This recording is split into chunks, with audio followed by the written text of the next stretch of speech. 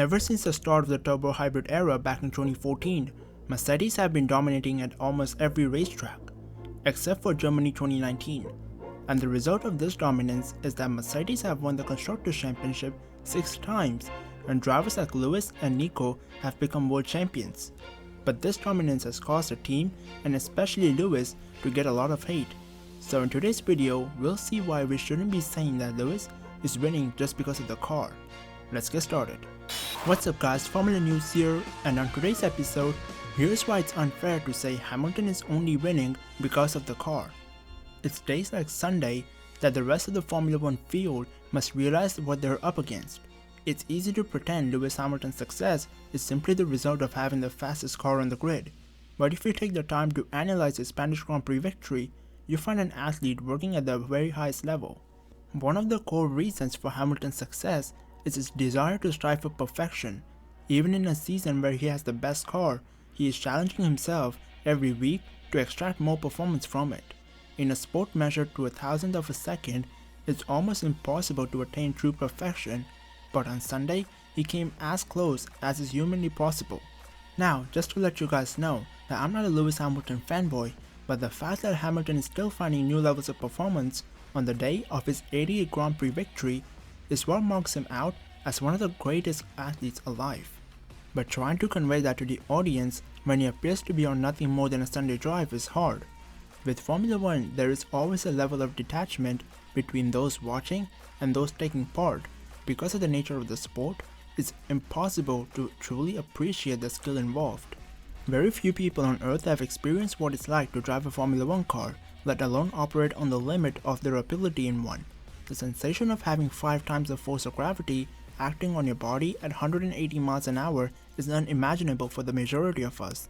Yet Hamilton did it 66 times through the Circuit de Cataluña's Turn 3 on Sunday.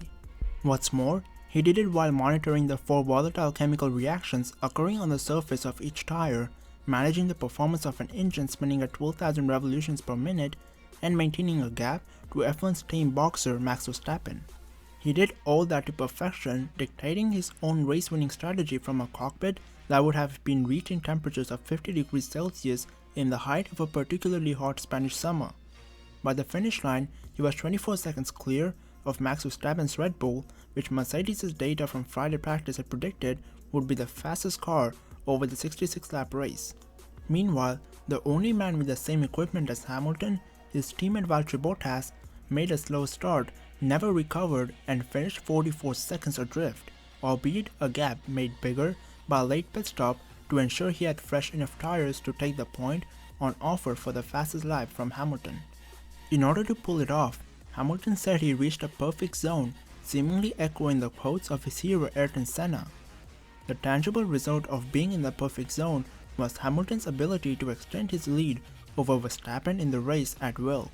In the opening 11 laps, he kept it at 1.5 seconds, knowing he would pit around lap 20 and wanting to make sure the tires would last the distance. But once he started to get a feel for the tires and the performance of the car, he extended his lead over Verstappen on each lap and left the Red Bull in its dust. By the time Verstappen pitted on lap 20, Hamilton's gap was already over 8.1 seconds, giving him a buffer in which he could extend his own stint. That essentially put the result of the race beyond doubt, as it would mean Hamilton would always be running on fresher tires than Verstappen, adding to his already sizable advantage. So in control was Hamilton that at one point Verstappen had to remind his pit wall to focus on his own race rather than that of the lead Mercedes. So obviously we're nowhere near undercut range for Lewis, so control the pinks early on. I'll keep you posted on Bottas this time. No, but how about we just focus on our race first, yeah, instead of looking for Lewis? Because clearly on this soft tire we were not as fast as them, so we just make sure we do our job and let them do their job. Get your head down, Max, please. When Hamilton emerged from his final pit stop, the gap over Verstappen was 10 seconds, but Hamilton had spent his currency wisely, and the tires that would take him to the end of the race, a fresh set of medium compound, were 9 laps younger than Verstappen's. It was Hamilton's 4th victory in 6 races and saw him extend his lead in the Drivers' Championship to 37 points over Verstappen. Just a week earlier, Red Bull outperformed Mercedes at Silverstone, but the circumstances at that race were unusual, and in Spain there was evidence that the world champions have already learned their lessons from the abnormal weekend. The weaknesses Mercedes experienced on the softer compound tires at Silverstone were non-existent in Spain. They were helped by harder compounds, lower minimum tire pressures, and a track surface that helps fight against the blistering of the rubber they experienced at Silverstone. But not only did Mercedes overcome the issue, but the performance differential to Red Bull also swung dramatically in its favor. It leads us to the conclusion that if there is still a weakness with the Mercedes, it is so specific that Red Bull cannot expect to rely on it to mount a championship challenge. As he climbed out of his car under the podium, Hamilton pointed to the Black Lives Matter symbol that he has carried on top of his helmet at every round this year.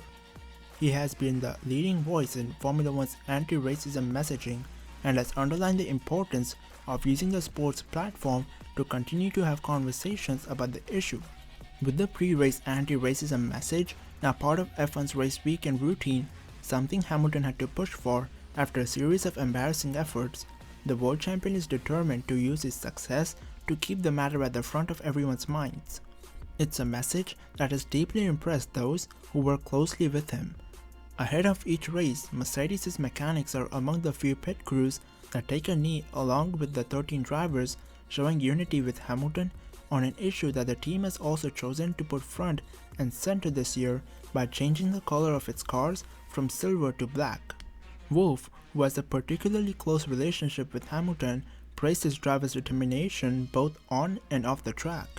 So in conclusion, Lewis may be winning because he has a fast car, but we must always look at the performances of his teammate and his rivals and just see how composed he is at each race weekend. It is never easy for a driver to dominate in F1 like this, and for Lewis to do that as a black driver and promoting the Black Lives Matter, which is something he believes in, just shows his personality and who he is as a human being. And that's been today's video. If you don't want to miss out on any Formula 1 news, then please hit that like and subscribe button for more top-notch F1 reports and insights. Apart from that, I hope you enjoyed the video, hope you have an awesome day, until next time, goodbye.